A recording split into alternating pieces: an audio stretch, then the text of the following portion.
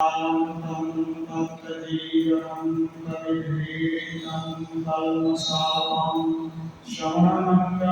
श्रीमदाततं भुवि गृह्णन्ति भूमिराजना। श्री राम कृष्ण वचन।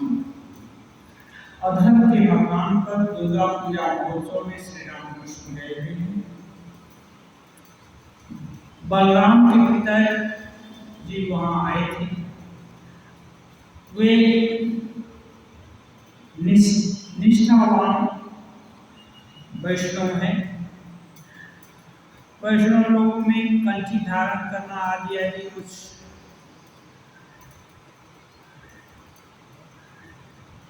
आवश्यक नियम रहता है, जिसको पालन नहीं करने से वे लोग अच्छा नहीं पाते हैं।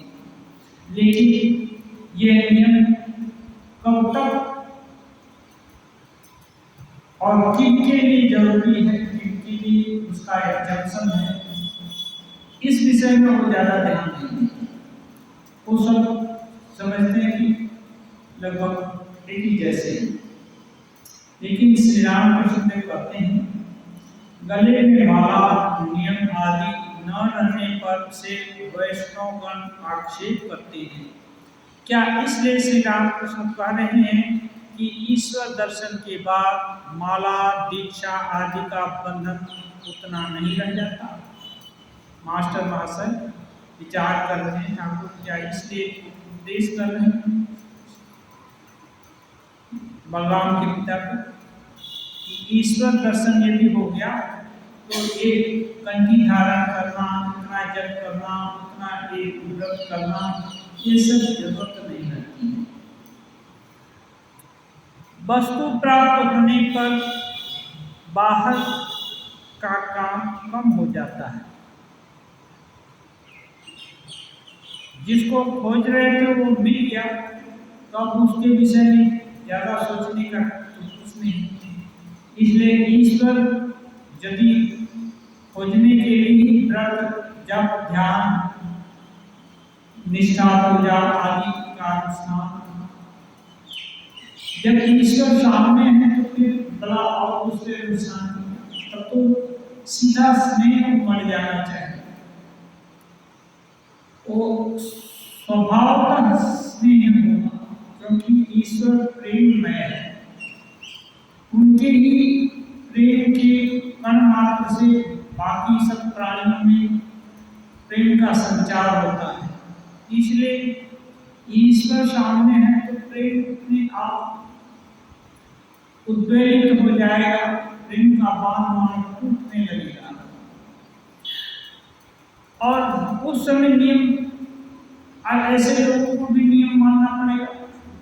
एक और सी बात, श्री राम कृष्ण भगवान के पिता के प्रति कर्ता भजा संप्रदाय वाले कहते हैं कि भक्त 4 प्रकार के होते हैं। श्री राम कृष्ण देव कभी कभी इनका उनका मत और इस ढंग से भी बताते हैं। कहते हैं एक है प्रवर्तक, दूसरा साधक, सिद्ध और सिद्धों के भी सिद्ध का सिद्ध। ये 4 प्रकार होता है। प्रवर्तक तिलक लगाते हैं, गले में माला धारण करते हैं और नियम पालन करते हैं, प्रवर्तक। साधक इसका उतना बाहर आडंबर नहीं रहता। उदाहरणार्थ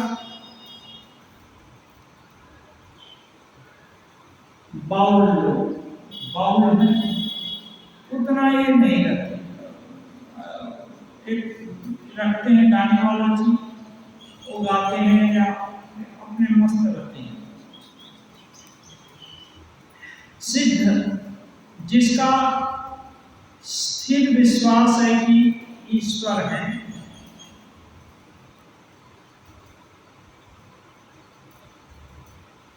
अधिकांश जितने भी साधक हैं तो अधिकांश लोगों को ईश्वर है पूरा विश्वास नहीं होता। मानते हैं, होते हैं लोग बोलते हैं, वेद पुराण बोलते हैं, बहुत सारा मंदिर है इसलिए ईश्वर है। और दिल में पूरा पूरी विश्वास नहीं होता।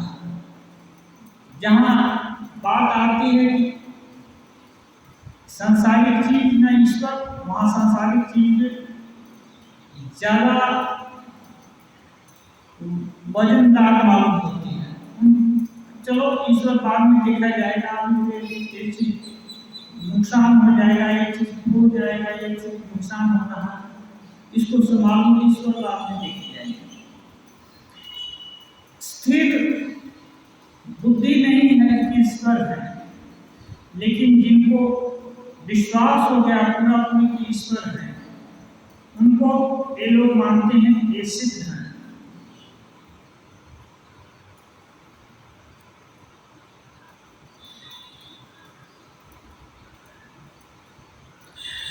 और है सिद्ध के सिद्ध, जैसे चैतन्य देव, उन्होंने ईश्वर का दर्शन किया है और सदा उनसे वार्तालाप करते हैं। सिद्ध के सिद्ध को ही वे लोग साईं कहते हैं। साईं के बाद और कुछ नहीं रह जाता। एक ऊंची अवस्था है साईं या सिद्ध के सिद्ध, माने सब समय ईश्वर का दर्शन हो रहा है, उनके साथ वार्तालाप हो रहा है, मानो साधक और ईश्वर एकाकार हो गए। साधक का ईश्वर के व्यतिरिक्त और कुछ भी अपना अस्तित्व नहीं मालूम करता। ऐसे को साईं कहते हैं। साधक भिन्न भिन्न प्रकार के होते हैं। साधकों का बहुत सारा प्रकार है। सात्विक साधना गुप्त रूप से होती है, छुपा करके, ज्यादा प्रचार नहीं करते, अपने घर में बनवे कोने में करते हैं, घर के कोने में, मन में और मन में, मन ही मन जा रहे हैं, सब चीज काम हो रहा है, बातचीत भी हो रही, सब कुछ हो रहा है, लेकिन मन में सदा ईश्वर का चिंतन चल रहा है। वो कैसे? जैसे सांस चलती है, कितना सब काम हम लोग करते हैं, सोचते हैं, हंसते हैं, गाते हैं, नाचते हैं, सब कुछ करते हैं, ये सांस चलती रहती है। तो जो धड़कन है ना, वो डब डब जो भी है वो चलता रहता है। वो बंद हो जाए तो काम खत्म, लेकिन वो बंद नहीं होता, वो चलता रहता है। ऐसे ही अभ्यास के फलस्वरूप यदि ईश्वर के प्रति प्रेम हो जाए तो एक साथ सब काम होता रहेगा, लेकिन ईश्वर चिंतन भी होता रहेगा। एक और उदाहरण देखते हैं। बुद्धेशानंद जी महाराज बोलते थे, दांत में यदि कुछ हो गया और पीड़ा होती है, दांत का दर्द होता है, कुछ भी कर रहे हैं, दांत का दर्द खत्म नहीं होता। दांत का दर्द मानो हर समय विराजमान रहता है, एकदम लगातार। खा रहे हैं तब भी, सोने जा रहे हैं तब भी, हर समय मीठा दर्द या जो भी हो, हर समय विराजमान। ऐसे ईश्वर हैं, ये सदा ये नहीं हो पाता। ये होने से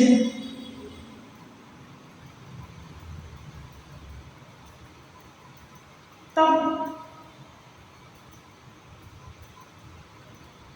इसको बोलते हैं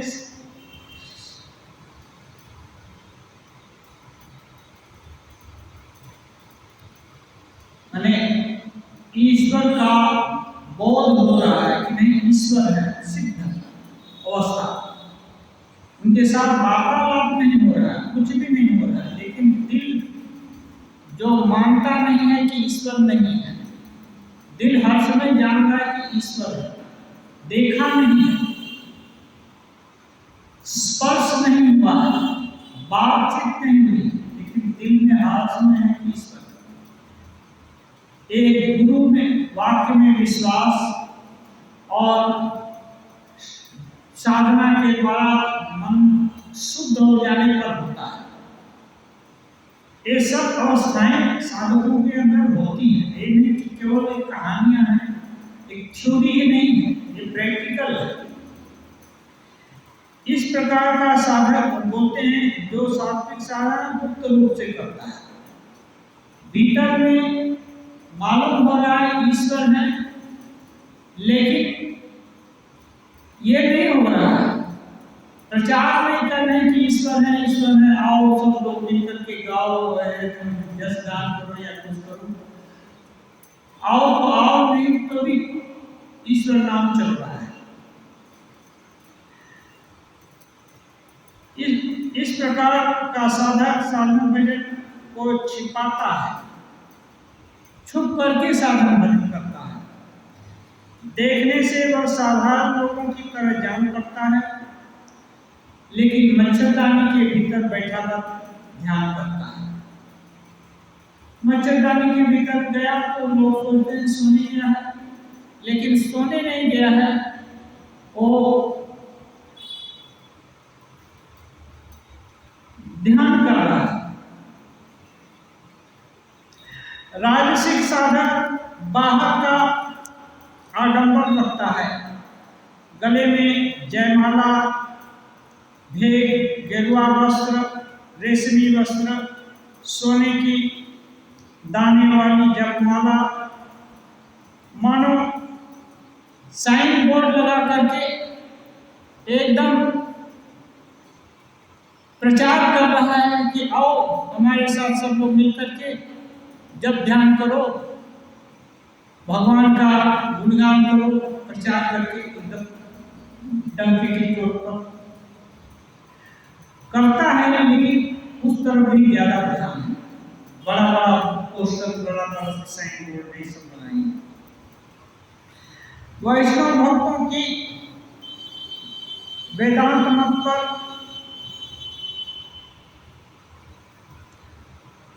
शाक्त मत कहते हैं, वैष्णव भक्तों के वेदांत मत पर अथवा शाक्त मत पर उतनी श्रद्धा नहीं होती है। वेदांत मत क्या है? ब्रह्म सत्य जगत मिथ्या। शाक्त मत क्या है? शक्ति ही और बाकी शक्ति का ही खेला है, और बाकी सब उनका जो जीव और अभिव्यक्ति।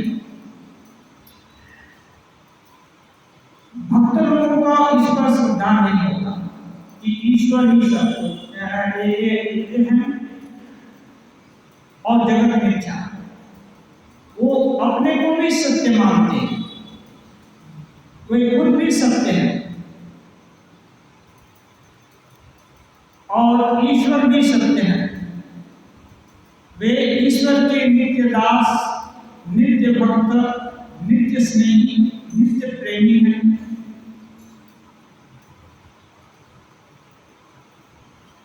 श्री रामकृष्ण बलराम के पिता को उस प्रकार के संकीर्ण भावों को त्यागने का उपदेश दे रहे हैं। ठाकुर का एक सिद्धांत है कि जो भी अपना मन अच्छा लगता है, द्वैत अच्छा लगता है, द्वैत अच्छा लगता है, या जो भी मन अच्छा लगता है उसको मानो, लेकिन यही अंतिम है, इसको छोड़कर और दूसरा कोई मत नहीं हो सकता है, ये बात ठीक नहीं है। ऐसा यदि कोई मानता है तो वो किसी एक तरह से प्रिजुडिस होता है, ये बंधन है, एक तरह से गांठ है। बाह्य आनंद, बाह्य इस दिखावे के अंदर बंधा हुआ है। बंधा जीव आगे नहीं बढ़ सकता है। भगवान की तरफ जाना है तो खुला दिल जिसका रहेगा वही आगे जा सकता है। इसलिए सरल सरल उन्होंने गुरु जो बोल दिया उसको मानते हैं, और दूसरे लोग जो श्रद्धा कर रहे हैं सब कुछ नहीं करते हैं, लेकिन अपने इष्ट पर पूरा पूरा निष्ठा रखते हैं। दूसरे के इष्ट को या दूसरे के साधना पद्धति को एकदम तुच्छ या हे ज्ञान नहीं करते। जरूरत नहीं है उधर देखने की, उनको अपने में लगे रहना है, दूसरों को सम्मान करना है। तब क्या है, दिल साफ रहे। बोलते हैं लज्जा घृणा भय। घृणा होती है यदि किसी को हेय दृष्टि से देखेंगे, उसके प्रति घृणा भाव होती है कि ये तो बेकार है, या इसका तो कुछ नहीं होगा, इनको नरक मिल जाएगा, हाँ ये अंधकार में पड़ा हुआ है, इसका तो पतन हो जाएगा, आगे आगे। भला साधु को इतना समय क्यों कि दूसरे के विषय में इतना सोचने,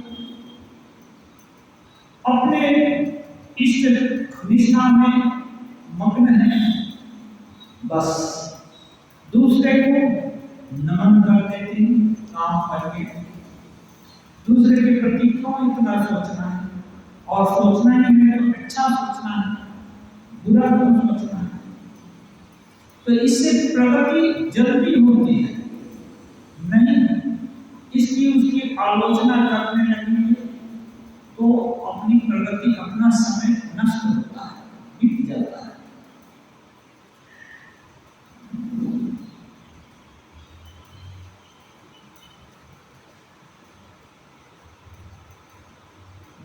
श्री रामकृष्ण बलराम के पिता के प्रति जो भी धर्म हो, जो भी मत हो, सभी उसी ईश्वर को पुकार रहे हैं। कारण जो भी धर्म हो, जो भी मत हो, जो भी पथ हो, ये सब एक ईश्वर को पुकारने चाहते हैं। इसीलिए किसी धर्म अथवा मत के प्रति अश्रद्धा या घृणा नहीं करनी चाहिए। क्यों? जैसे धनिए एक मां की 4 संतान है, एक संतान के प्रति किसी का दोस्ती हो गई है और वही उस मां के दूसरी संतान को कष्ट देने का प्लानिंग कर रहा है और तीसरे के साथ मिलकर, और एक मां को मालूम होगा तो मां कभी खुश नहीं होगी। वो एक बेटे का दोस्त भले है, लेकिन दूसरे के प्रति नफरत करता है या उसके प्रति विद्वेष करता है या उसका अमंगल करना चाहता है, तो मां कभी खुश नहीं होगी। ऐसे ही ईश्वर के पास ही जाने के बहुत से रास्ते हैं।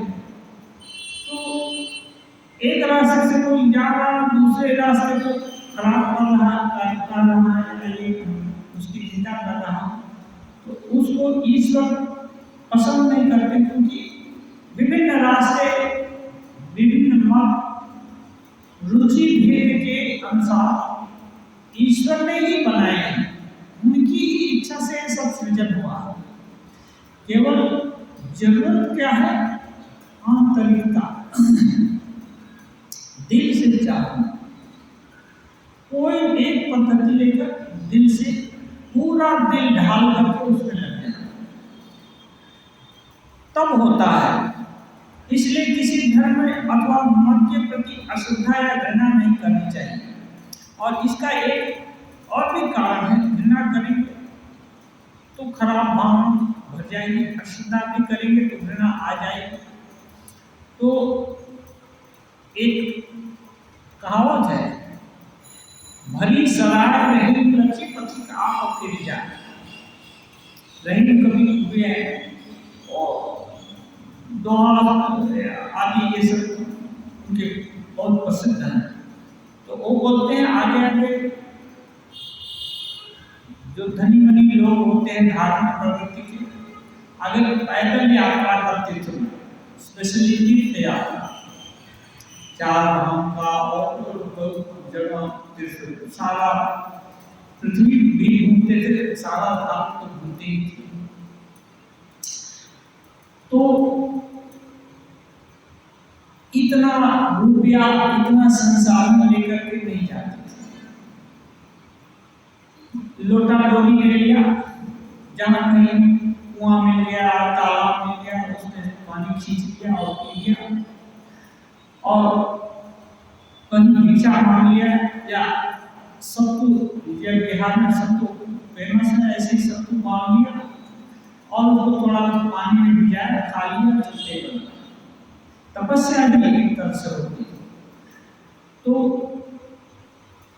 कोई धनी धनी लोग जो होते, अब रात को बारिश आएगी, झड़ आएगा, ये सब होगा, यात्री लोग जा रहे हैं, कभी कभी भीगना भी पड़ता है, घर नहीं है, तो वो लोग क्या करते, तालाब बनाते, जिसमें पानी पी लेगा, नहा लेगा, और उसी के बगल में तालाब के अंदर ही उसके किनारे किनारे घर बना देते हैं। बरामदा एक तरफ खुला रहेगा, दूसरे तरफ तीन तरफ से घिरा रहेगा, जिसमें पानी नहीं जाए। उसमें रात भर आराम के लिए, फिर सुबह होते ही भोर हुआ कि जल्दी।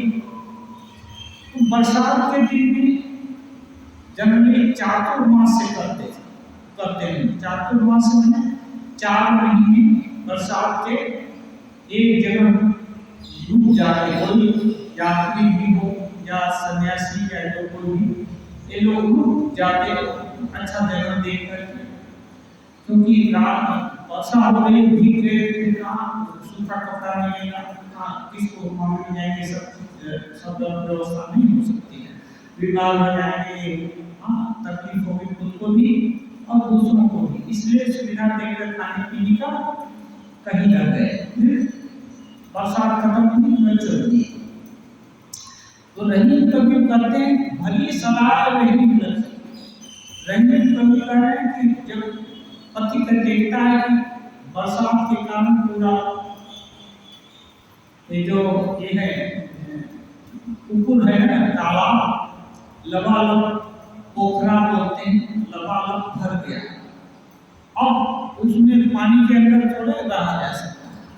तो जो भी राहगीर हैं वो धीरे से चलते बनेंगे कि यहाँ नहीं कर सकते, ये तो भर गया है। ऐसे ही जिस दिल में घृणा,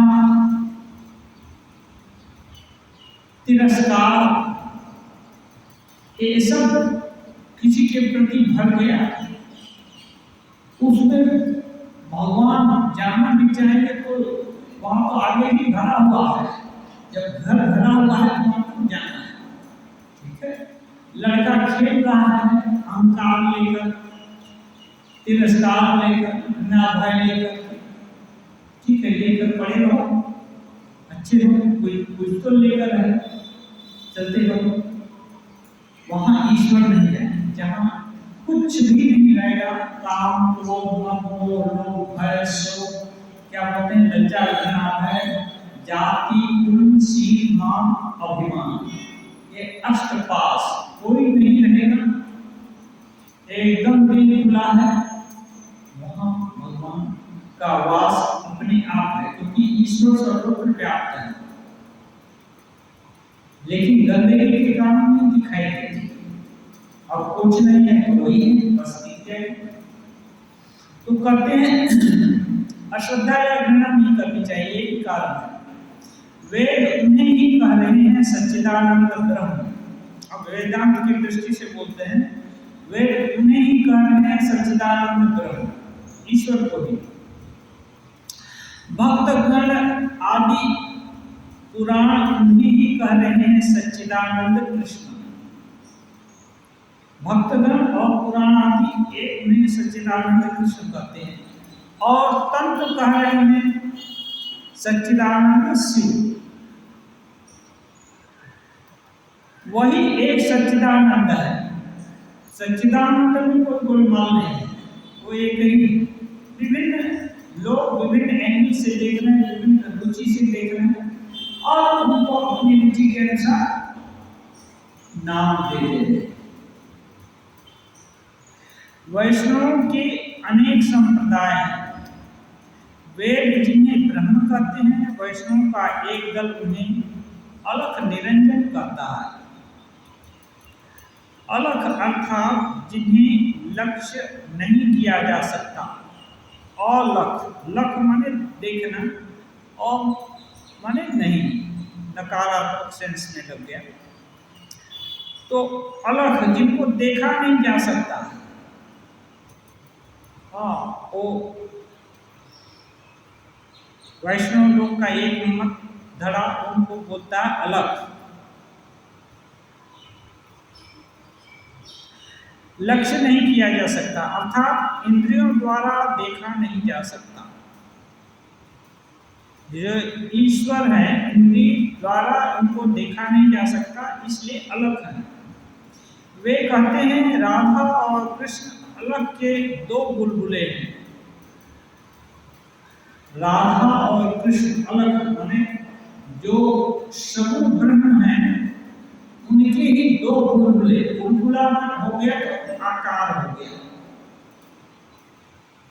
और ऐसे चुपचाप जल शांत रहने को क्या हुआ, कुछ नहीं, निर्गुण है। तो ये राधा और कृष्ण को बोलते हैं दो बुलबुला है। वेदांत में अवतार नहीं है, वेदांतवादी अवतार नहीं मानते, सभी ब्रह्म है।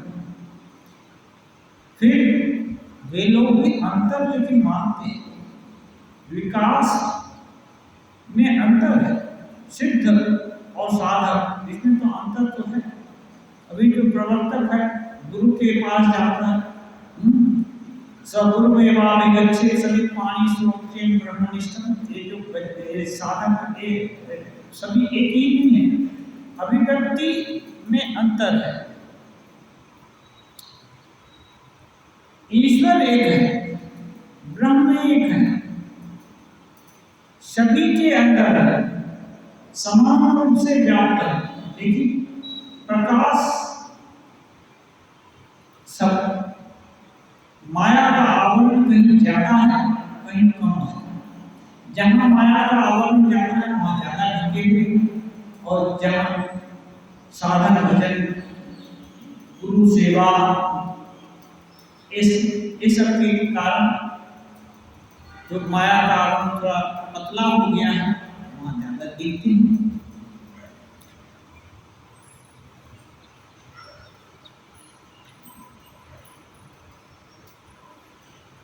वेदांतवादी कहते हैं राम कृष्ण ये सच्चिदानंद रूपी समुद्र की दो लहरें हैं। राम कृष्ण या जितने भी अवतार हैं, ये मानो सच्चिदानंद समुद्र है, उसकी लहर जा रही। तो लहर का समुद्र नहीं होता, ये मानने वाली ये बात है। समुद्र की लहरें होती हैं, लेकिन लहरों का समुद्र नहीं होता। लहर छोटी होती है, लहर समुद्र के आधार पर दिखाई देती है, और लहरों का आधार समुद्र होता है। इसलिए लहर ब्रह्म से, अवतार जितने हैं ब्रह्म से उद्भूत माने जाते हैं। राम हो, कृष्ण हो, चैतन्य हो, या आदि आदि जो राम कृष्ण हो, ये उसी एक सच्चिदानंद ब्रह्म से उद्भूत है। लेकिन बाकी की तुलना में देखेंगे तो ब्रह्म वस्तु में सर्वाधिक मात्रा में प्रकाशित है। यहाँ अविद्या माया का आवरण नहीं के बराबर है। जबकि हम सलीखे साधारण मनुष्यों में माया बहुत प्रबल रूप से देखते हैं, और जो और संसारी हैं उनमें और माया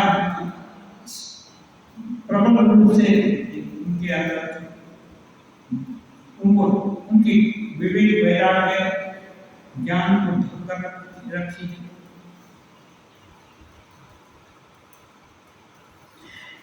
एक के अतिरिक्त दो तो नहीं है।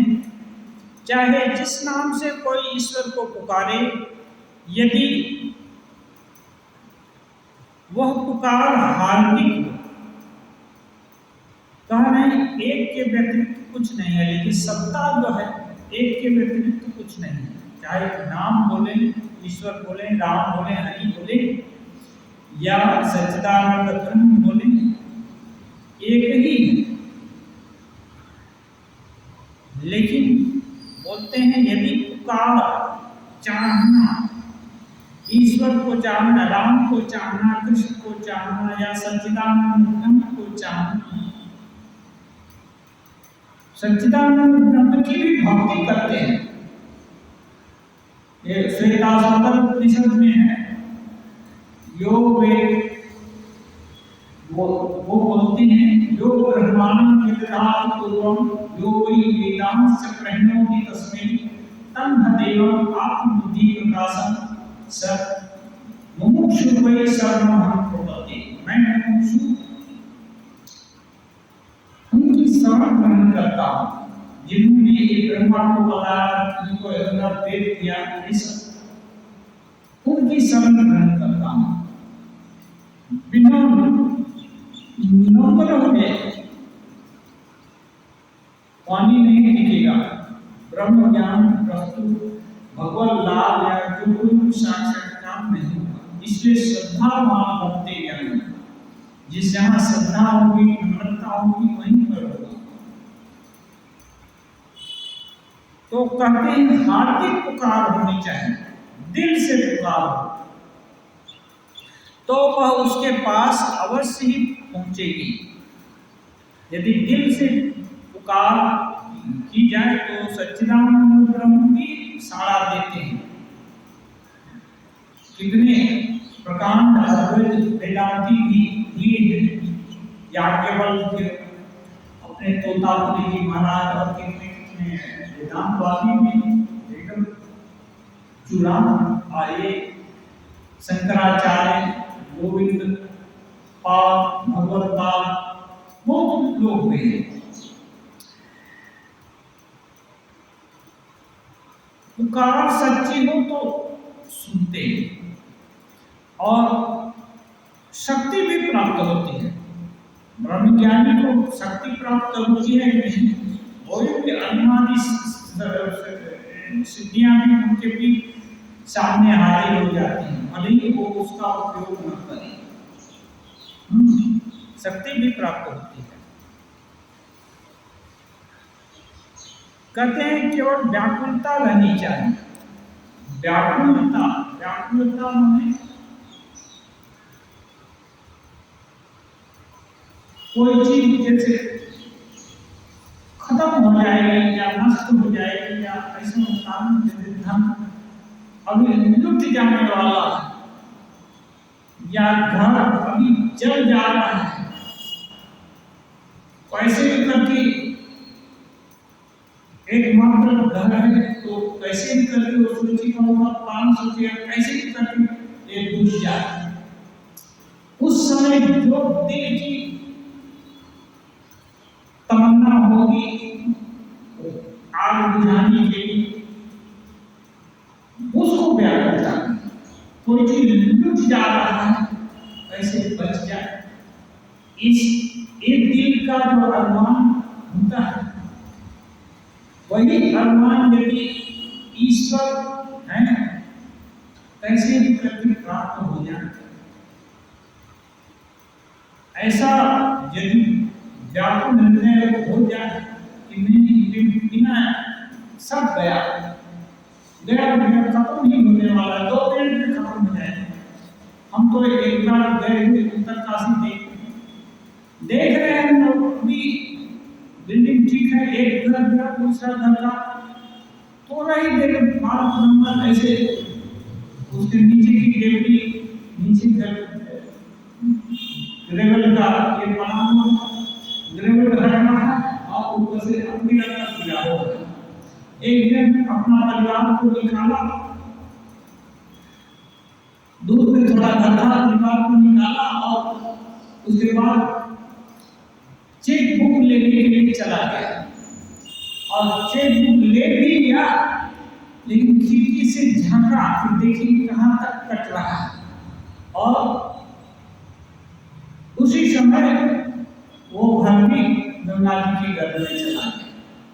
तो ऐसी मैंने अब गया तो क्या हो रहा है और जो देख रहा है, जान रहा है और सोच रहा है कि एकमात्र उसका आधार है कि रुक जाए।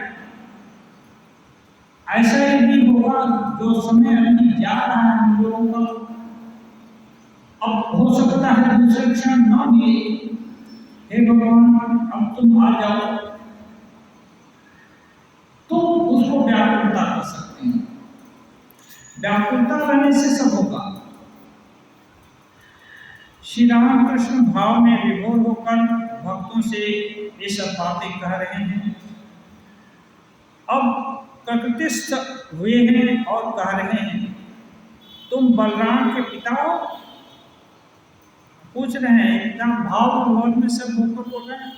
अब प्रकृतिस्थ हो गए, मानो अच्छा से देख रहे हैं जगत को, बोल रहे हैं तुम बलराम के पिता हो क्या? क्वेश्चन वाइज सभी थोड़ी देर चुपचाप बैठे रहे। बलराम के वृद्ध पिता चुपचाप हरिनाम की माला जप रही है, माला चली रहा है। ठाकुर का बात भी सुन रहे हैं, माला भी जप रहे हैं। इसका मतलब क्या है? श्री राम कृष्ण अवतार हैं, एक विश्वास नहीं है, नहीं तो उनकी बात सुनेंगे। ईश्वर सही बोल रहे हैं और माला जी क्यों क्यों जपना है उनका, जो सामने भी खड़ा है ये है। तो बूढ़े हो गए हैं, आदत बस चल रही है, माँ जप रहे हैं। तो ये क्या हो जाता है? स्टीरियोटाइप एक खराब नहीं है, ये सब अभ्यास अच्छा है, लेकिन इसी से वस्तु लाभ नहीं। वस्तु लाभ होने का मतलब विवेक होना चाहिए, दृष्टि खुलनी चाहिए। ईश्वर वस्तु साक्षात ये नियम मांगे, आज से नियम मांगे, 100 साल बाद भी वही नियम फॉलो कर रहे हैं, ऐसा क्या है? इसका मतलब नियम के गुलाम होना। नियम क्यों मानते हैं? स्वामी जी बोलते हैं नियम के पार जाने के लिए नियम मानते हैं। भगवान ईश्वर किसी नियम के अधीन नहीं है, फिर किसी नियम के अधीन रहकर उनको कैसे पाया जा सकता है? नियम के अधीन रहकर अपने दुर्गुणों को थोड़ा हद तक दूर किया जा सकता है। उनको बोलते हैं योग की भाषा में तनुकृत, जैसे अविद्या, अस्मिता, राग, द्वेष, अभिनिवेश, ये 5 इसको क्लेश कहते हैं। इसी में काम, क्रोध, मद, मोह, लोभ, भय, शोक जो भी है सब उसी में आ जाए। अविद्या इटर्नल अविद्या है, अज्ञान। अविद्या, अस्मिता में मरने का भय, मरण भय, ये है। राग, किसी अच्छी चीज दिखने वाले के प्रति अनुराग और ये हो जाता है, आकर्षण हो जाता है। और द्वेष हो जाता है उसके विपरीत चीजें के प्रति। अविद्या, अस्मिता, राग, द्वेष, अभिनिवेश। अभिनिवेश माने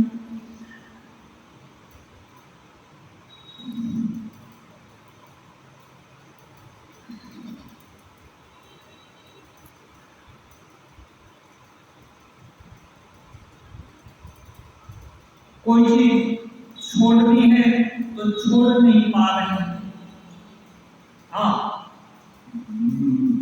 मरने का जो भय है वो जा नहीं पा रहा है। हाँ, कोई चीज एकदम ये सता रहा है, ये सब जो चीजें हैं एक क्लेश के अंदर आता है। एक क्लेश तभी दूर होगा जबकि साधना के द्वारा एक बार ले जाने का नहीं, धीरे धीरे कम हो जाएगा इनका प्रभाव है, थोड़ा थोड़ा कम होगा।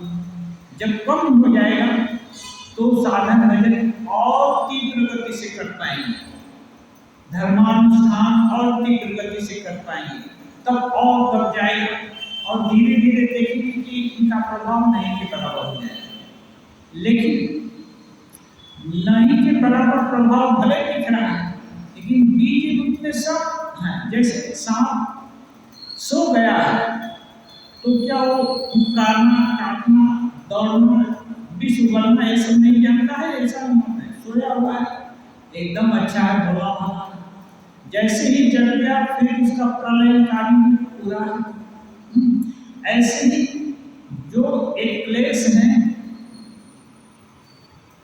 ये बीज रूप में तब तक रहते हैं जब तक कि ईश्वर दर्शन नहीं हो जाता। और जो इनकी भाषा में बोलेंगे, वेदांत के भाषा में तो इसको वंचित एक जो है एक बोलते हैं बीज का जल जाना। ज्ञानाग्नि सर्वकर्माणि भस्मसात् कुरुतेत, ज्ञानाग्नि में सब जल जाता है। ये कर्म बीज है ना, एक जल जाता है। जब जल गया तो और क्या ना, और कुछ नहीं ना। अब एक आकार भले रह जाए लेकिन अब जमेगा नहीं, अब भले नहीं। इसलिए ईश्वर दर्शन के बाद ठाकुर बोलते हैं एक जो रिपु है ना, सब रिपु ये सब लोग प्रभाव नहीं डाल सकते। और ईश्वर दर्शन का कैसे समझना चाहिए? राजा महाराज ने एक कहते हैं ये उपनिषद में है, विद्यते हृदय ग्रंथि सिद्ध्यन्ते सर्व संशया क्षीयन्ते च अस्य कर्माणि तस्मिन् दृष्टि परावरे। परावर ब्रह्म का दर्शन हो जाने पर, भगवान लाभ हो जाने पर कैसे समझेंगे भगवान लाभ हो जाए? कोई ठाकुर का पिक्चर दिख गया है, राम जी का पिक्चर दिख गया है, कृष्ण जी का पिक्चर दिख गया तो समझेंगे दर्शन हो गया। हम बंद करके मान लीजिए दिख गया तो दर्शन ही नहीं है। दर्शन होने का मतलब हृदय की गांठ, गांठ क्या है? बंधन है। अब बांध कर रखा है, विभिन्न जगह बांध कर रखा है। इसमें यही लज्जा घृणा है, आगे आगे पास में बांध कर रखा है, ये सब गांठ कट जाएगा। सर्व संशय, सभी प्रकार का संशय खत्म हो जाएगा। ईश्वर है कि नहीं है कि क्या है, एक कोई संशय नहीं रहेगा। संशय जो तो आगे की ओर जाना है, संशय खत्म हो गया। चिंतित च अस्य कर्माणि, और इसका कर्म क्षय हो जाएगा। हम लोग एक एक संस्कार लेकर जन्मे, हमको काम करना ही पड़ेगा। वो हमारी प्रवृत्ति हमको करा ही पड़ेगी, उपाय नहीं है। गीता में भगवान अर्जुन को बोलते हैं प्रकृतिस्त्वां नियोक्ष्यसे,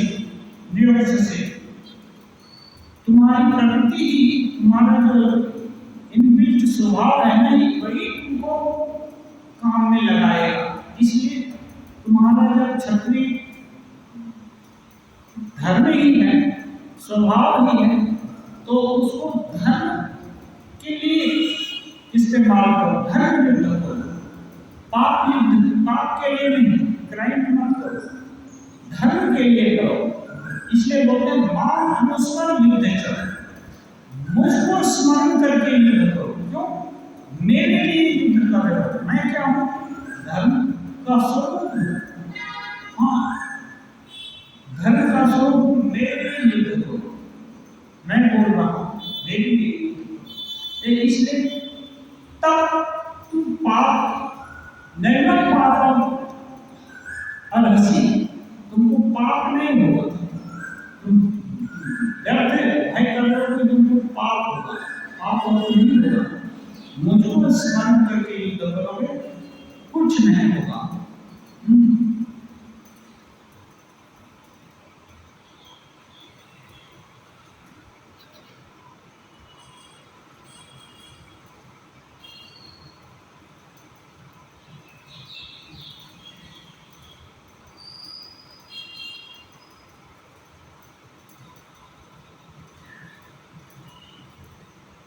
श्री रामकृष्ण देव और मास्टर आदि के प्रति कह रहे हैं, अच्छा ये लोग इतना जप करते हैं, इतना तीर्थ करते हैं, फिर भी इनकी उन्नति क्यों नहीं होती? ये बात, इतना दिन आकर हम लोग भजन करते हैं, जप करते हैं, इतना दान तप करते हैं, यहाँ वहाँ कितना मंदिर में जाकर माथा टेकते हैं, प्रार्थना करते हैं, उन्नति क्यों नहीं होती? मानो 18 मास का इनका 1 वर्ष होता है, माने 1 वर्ष 12 मास में होता है। ये इतने स्लो है, धीरे धीरे चल रहे हैं कि 18 मास में भी इनका वर्ष पूरा होता है, या और भी ज्यादा इनको चाहिए नहीं 1 वर्ष करने के लिए। कुछ नहीं होता। इसका कारण क्या है? देखिए आगे, हरि से कहा यदि व्याकुलता न रहे तो फिर वाराणसी जाने की क्या आवश्यकता? व्याकुलता रहने पर यहीं पर वाराणसी है। बोल रहे हैं हरि से क्या बोले, यदि व्याकुलता नहीं है वाराणसी जाने से क्या होगा? कुछ नहीं होगा। वाराणसी तपोभूमि है, लेकिन व्याकुलता नहीं तो वहां जाने से कुछ नहीं होगा। वहां के कुत्ते भी नहीं रहते हैं, कौवे चिड़िया रहते हैं। लेकिन यदि व्याकुलता है, भगवान अब मिले तब मिले, ऐसा यदि हो रहा तो काशी नहीं जाने से भी यही हो जाएगा। तो कहने का मतलब व्याकुलता ही सार है। इतना जब, इतना तीर्थ, इतना प्राणायाम, इतना प्राणायाम, ये सब जो कुछ भी हुआ उससे कुछ नहीं हुआ। क्यों? व्याकुलता नहीं। व्याकुलता हो तो कुछ भी नहीं करने से भी सब हो जाएगा। यदि व्याकुलता नहीं है तो कितना भी ऐसा ट्राई किया जाए कुछ नहीं होगा। इसलिए असल चीज को पकड़ कर रखना है। व्याकुलता कैसे होगी? जब विश्वास होगा कि ईश्वर है, ईश्वर ही वस्तु है, ईश्वर है, यही नहीं हो पाता है। इसलिए स्वामी जी बात होकर बोलते हैं, वक्रो धृतो हृदय नमे भाति किंचित। बोलते हुए भी बोल रहे हैं कि ईश्वर है, हे भगवान हमारी बात सुनो, फिर भी दिल में नहीं हो रहा कि ये सुन रहे हैं भगवान है। बोल रहे हैं हम कि भगवान है, हमारी बात सुनो, लेकिन दिल में नहीं हो रहा कि सुन रहे हैं। तो इसका मतलब बोला नहीं जा रहा है। यदि बोल रहे हैं कि सुनो तो इसका मतलब सुनिए ना। क्या दिल में ये होना चाहिए ना, हम बोल दिए और क्या चाहिए? हम कितनी बार बोले, एक बात बोल दिए, हाँ वो क्या पा रहे हैं? नहीं सुन पा रहे हैं। लेकिन विश्वास है तब तो वो जरूर सुनेंगे, और नहीं तो हो सकता है ऐसे ही हवा में नींद छोड़ रहे हैं।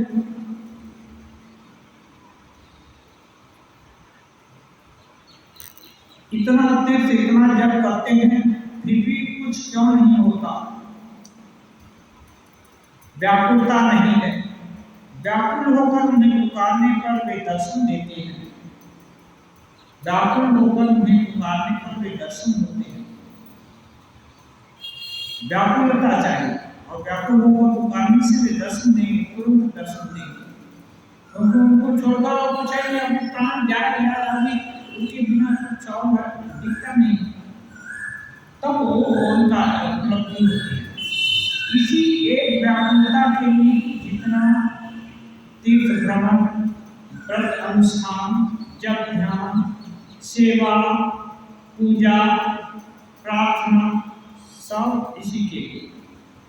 ये व्याकुलता आ गई तो और व्याकुलता की अग्नि में जितने भी कुसंस्कार हैं, जो भी कर्म हैं, सब जल जाएंगे अंदर से।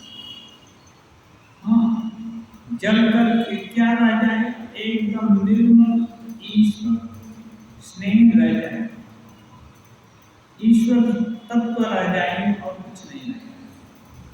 ये इसलिए बार बार घुमा फिरा करके कहने व्याकुलता ही चाहिए।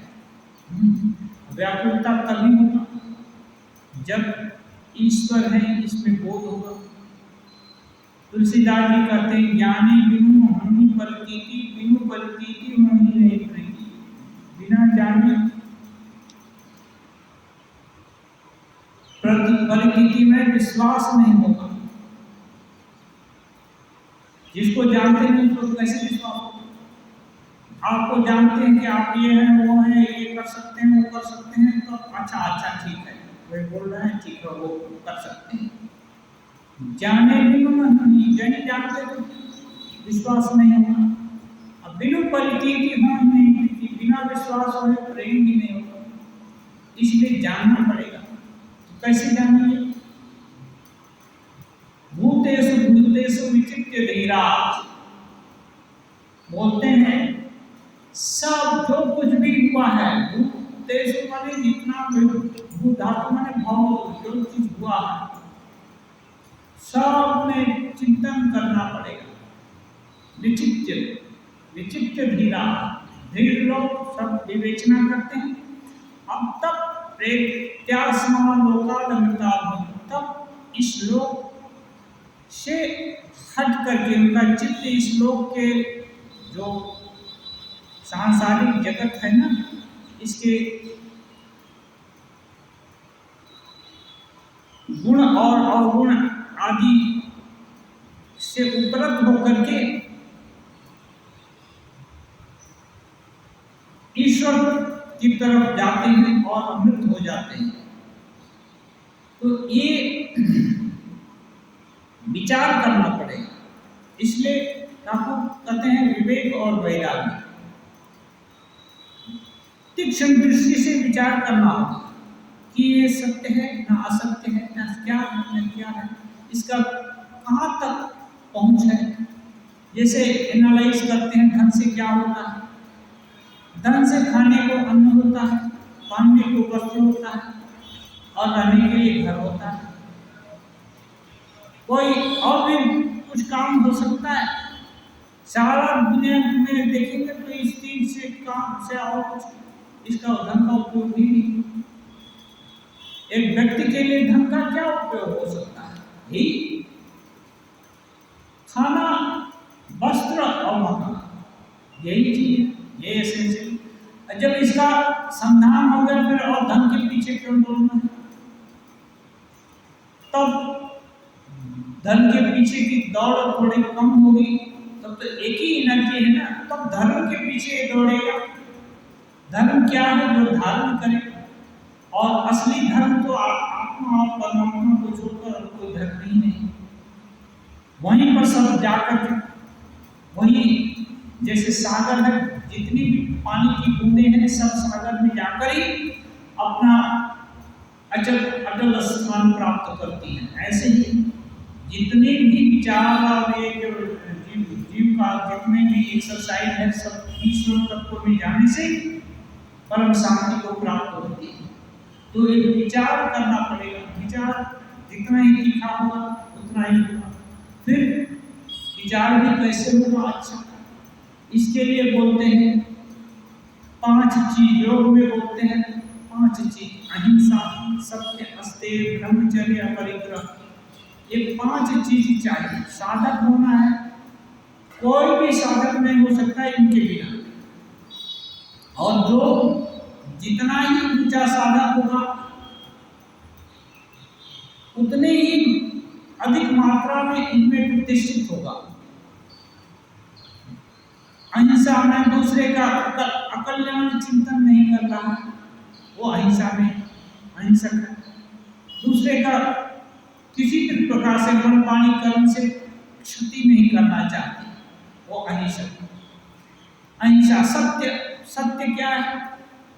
जो सदा रहे, सदा रहने वाली कौन सी चीज है? एक भगवत वस्तु को छोड़कर, ब्रह्म वस्तु को छोड़कर और सदा रहने वाला कोई चीज नहीं, सब बदल रहा है। बदल रहा है तो सदा कहाँ ना, तो उसको फिर एक दिन में अगस्त मुनि कैसे हो जाएगा जो चाहता है सत्य को पकड़ कर रखे। इसके लिए विवेकानंद जी बोलते हैं नहीं, हम लोग लोअर ट्रूथ से हायर ट्रूथ में जाते हैं, असत्य से सत्य की ओर नहीं, हम लोग निम्न सत्य से उच्चतर सत्य की ओर जा रहे हैं। निम्न सत्य क्या है? क माने कौवा बोलते हैं, ख माने खरगोश, जबकि क माने कौवा, ख माने खरगोश नहीं होता है। लेकिन बाद में जब बच्चा बड़ा होता है तो उसको समझ में आ जाता है कि गुरुजी इसीलिए ऐसा बताए कि वर्णमाला के अक्षर मैं सीख पाऊँ। यदि ऐसा नहीं किए होते तो मैं वर्णमाला का अक्षर ही नहीं सीखता, तो बाकी पढ़ना लिखना तो दूर की बात हो जाती। इसलिए इस वर्णमाला सिखाने के लिए क माने कौवा बताया, लेकिन अब जरूरत नहीं है उसका। अब बाद में क माने कौवा को नहीं बोलता है, छोटी, अब ठीक है। ऐसे ही धीरे धीरे जब विवेक आगे बढ़ता जाता है, जितना ही सूक्ष्म होगा, तब ईश्वर का सत्य जितना ही उद्घाटित होता जाता है। लोअर सत्य को छोड़ते जाएंगे, हायर सत्य को पकड़ते जाएंगे, अंत में देखेंगे कि सत्य को छोड़कर और कुछ है ही नहीं। हाँ, और फिर इसका प्रैक्टिस कैसे करें? रामकृष्ण देव बहुत सहज भाषा में दिखाते हैं। जैसे विद्यार्थी किसको बोलते हैं? जो पढ़ने जाता है या पढ़ना चाहता है। छोटा लड़का आज से ही पढ़ने जा रहा है, वो भी विद्यार्थी है, पीएचडी भी कर रहा है, वो भी विद्यार्थी है। दोनों एक हैं क्या? कभी नहीं हो सकते, लेकिन विद्यार्थी तो है। ऐसे ही श्री रामकृष्ण देव बोलते हैं जो मन मुख एक कर लिया है, उसी के अनुसार आचरण करता है, वो सत्यवादी की संज्ञा में आ सकता है। मन मुख जिसका एक हो गया है, 10 मिनट 5 मिनट के लिए नहीं, पूरा 24 घंटा, अगला भी 24 घंटा से पूरा। हाँ, 24 घंटा इनको जितना भी दिन अपने को मिले भगवान की इच्छा से, जितना भी दिन अलॉटेड है, यदि उतने समय तक मन एक कोई कर सके और वैसा आचरण भी करे तो उसको सत्यवादी की संज्ञा दी जा सकती है। और सत्य बोलने से क्या है? सत्य प्रतिष्ठा एवं क्रियाफल श्रेष्ठ।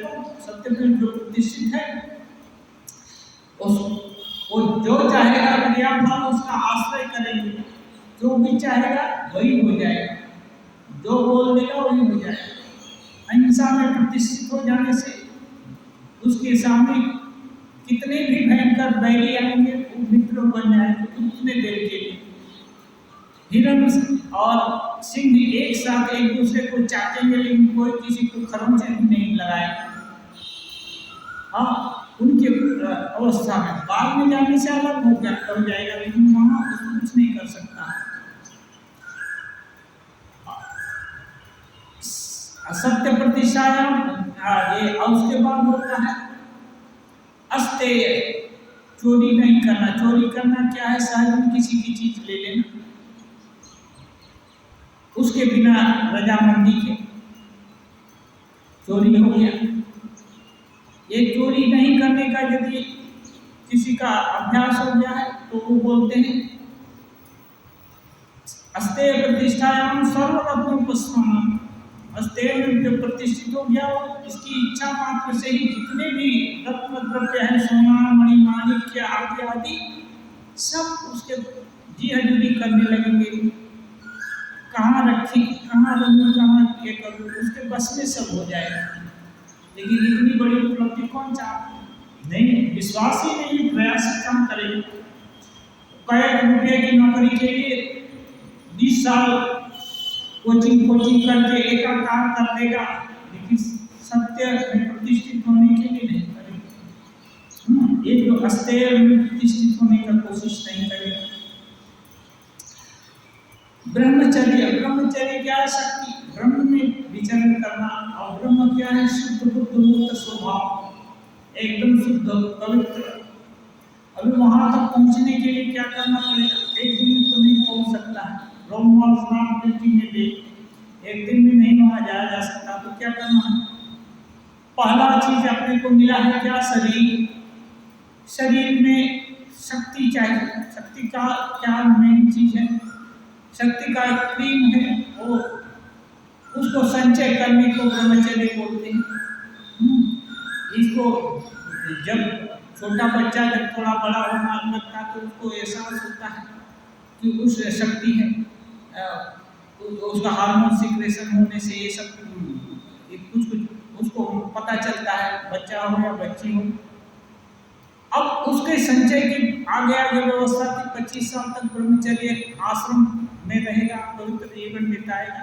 उसको वो पुष्ट हो जाएगा। जब वो धनी हो गया तब उसका इच्छा अनुसार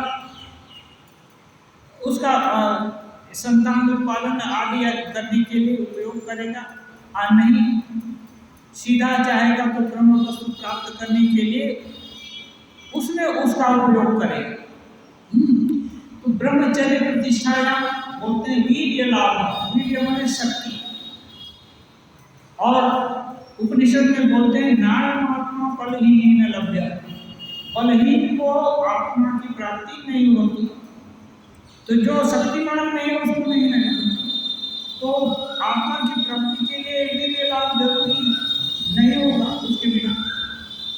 ब्रह्मचर्य प्रतिष्ठाया वीर्य लाभ है, शक्ति प्राप्त होगी। उस शक्ति से क्या होगा? ब्रह्म ज्ञान तक मिल सकता है। पढ़ना लिखना और एकाग्रता और ये सब तो कोई बड़ी बात नहीं है, ब्रह्म ज्ञान तक उपलब्ध हो सकती है। और उसके बाद है अपरिग्रह। होड़ लगी हुई है, क्या पाए क्या अपना बना ले, सब ले ले। चीजों की इतनी आवश्यकता क्या है? परिग्रह माने लेना, अपरिग्रह माने उनका जरूरत नहीं महसूस करना। तो जब हर समय बाह्य वस्तु को के पीछे दौड़ते रहेंगे तो अंतर की वस्तु को कब उसका अनुसंधान करेंगे? नहीं कर सकते। इसलिए इनमें लगाम रहेगा तभी वो साधक हो सकता है। अब आप सोच लीजिए कि इतना यदि कोई पवित्र हो या इतना उस पर कंट्रोल हो तो उसको वस्तु लाभ क्यों नहीं होगा? वस्तु लाभ तो अपने आप होगा। जो योग्य होगा उसके पास सभी चीज होगा, लेकिन नहीं, कुछ नहीं करेंगे तो राम नाम जप रहे हैं, राम नाम जपना पड़ा है, माल अपना ऐसे करते हैं। ऐसे करने से कुछ नहीं होने वाला है।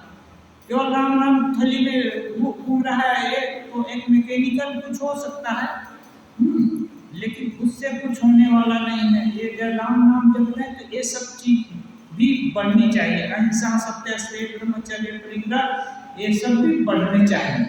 ये बढ़ रहा है तो जरूर वस्तु उपलब्धि होगी, इसमें कोई संशय नहीं है। तो ये साधना का एक चीज केवल पकड़ लेने से सब कुछ हो जाएगा ऐसा नहीं। हाँ, ठाकुर बोलते हैं भक्ति से सब कुछ हो जाएगा, लेकिन भक्ति होने से ये सब चीजें होंगी। जो किसी को कष्ट दे रहा है और भक्तिमान बने हुए हैं, मंदिर में पूजा चढ़ावा सब कुछ कर रहा है, घर में माँ पिता जी को ठेंगा रहा है, खाने में एक भी दे रहा है, उसको कोई भक्ति नहीं होगी, कुछ नहीं होगा। ठीक है, तो ऐसे एक ये चीज है, इसलिए उसका सब जगह में विकास होगा। ऐसा होने से तब एक कहते हैं ये हो, इसे व्याकुलता चाहिए। अभी एक छोटा सा 2-3 लाइन है। नाटक के प्रारंभ में रंगभूमि पर बड़ी गड़बड़ी बनी रहती है। उस समय श्री कृष्ण का दर्शन नहीं होता। उसके बाद नारद ऋषि जिस समय व्याकुल होकर वृंदावन में आकर वीणा बजाते हुए पुकारते हैं, कहते हैं हे प्राण गोविंद मम जीवन, उस समय कृष्ण और ठहर नहीं सकते। जब पुकारते हैं दिल से तब बोलते हैं गोपालों के साथ सामने आ जाते हैं, कृष्ण आ जाते हैं। ऐसे ही बंगला में गाना है, डाक देखी मन डाका मतो के मन से आना थाकते पाए। तो ये है, केवल पुकारने से नहीं होगा, उठते उठते चित्कार करके पुकार रहे हैं, लेकिन दिल में कोई संयम नहीं है, कोई ये सब गुण नहीं है, तब उस पुकार को भगवान तक सुनाई नहीं देती, क्योंकि उसमें बल नहीं है। बिना बल के कहाँ होगा? केवल माइक लगा दिए, 100 माइक 1000 माइक लगा दिए, उससे चित्कार हो रहा है, उसको बल नहीं बोलते हैं। बल का मतलब वीर्य लाभ, शक्ति। कैसे होगा? अहिंसा, जो दूसरे को कष्ट करता है कभी ब्रह्मचारी भी नहीं हो सकता। अहिंसा सत्य में प्रतिष्ठित है, इसलिए रामकृष्ण देव बोलते हैं जो सत्य को पकड़ कर रखे हैं वो भगवान के गोद में है। जो सत्य स्वरूप को के साथ एक जो हो गया उसको और क्या चाहिए? और नहीं चाहने से भी भगवान उसके ही पास है। हाँ, अहिंसा सत्य अस्तेय, कोई किसी का कुछ नहीं, जिसको कुछ नहीं चाहिए वही सहनसा। एक बोलते हैं चाह गई चिंता गई मनवा बेपरवाह, जिसको कुछ नहीं चाहिए सोई सहनसा। कुछ नहीं चाहिए, सहनसा है राजा धीरज। और ब्रह्मचर्य में प्रतिष्ठित होने से वो शक्तिमान है। शक्तिमान को क्या पड़ रहा है? वो बोलते हैं हाथी चले गया कुत्ता भोग है। हाथी को क्या करना है जो कुत्ता भोग रहे हैं? वो तो एकदम निडर है, काम क्रोध आदि कुत्तों के नामिक है। जो भगवान के बल से बलियान हो गया, ब्रह्मचर्य में प्रतिष्ठित है, उसको एक काम क्रोध आदि और ये लोग कुछ नहीं करेंगे, परवाह नहीं करता है, कुछ नहीं। ऐसे ही जिसको और कुछ नहीं चाहिए, एक हस्ते क्या बोलते हैं अपरिग्रह, कुछ नहीं चाहिए, जितना मिल गया उसमें से ही संतुष्ट। उसकी सारी एनर्जी भगवत प्राप्ति या ईश्वर चिंतन या जो भी इष्ट प्राप्ति के लिए वो पूरा लगा दे सकता है एनर्जी। इसलिए ये सब चीज़ों पर थोड़ा थोड़ा जानकारी की जरूरत है और ये करना है। और ये सब क्या बोलते हैं बैलेंस, बैलेंस माने एक तराजू है ना, तराजू। ये सब तराजू पर हम लोग अपने को तौलेंगे तो देखेंगे कि हमें कहीं ना कहीं कमी है। यदि कहीं कमी नहीं रहे तो एकदम माप तुल जाएगा। वो कोई नहीं अपने से अपने को नंबर दे सकते हैं, हाँ और उतना ही नंबर मिलेगा। लेकिन नहीं, ये सब कमियां हैं तो कैसे होगा? धीरे धीरे होगा, धीरे धीरे प्रयास करने से होगा। इसको बोलते हैं गीता में भगवान अभ्यास वैराग्य चक्रियति, अभ्यास और वैराग्य, इससे धीरे धीरे करके होगा। योग सूत्र में भी बोलते हैं अभ्यास वैराग्य ध्यान निरोधा।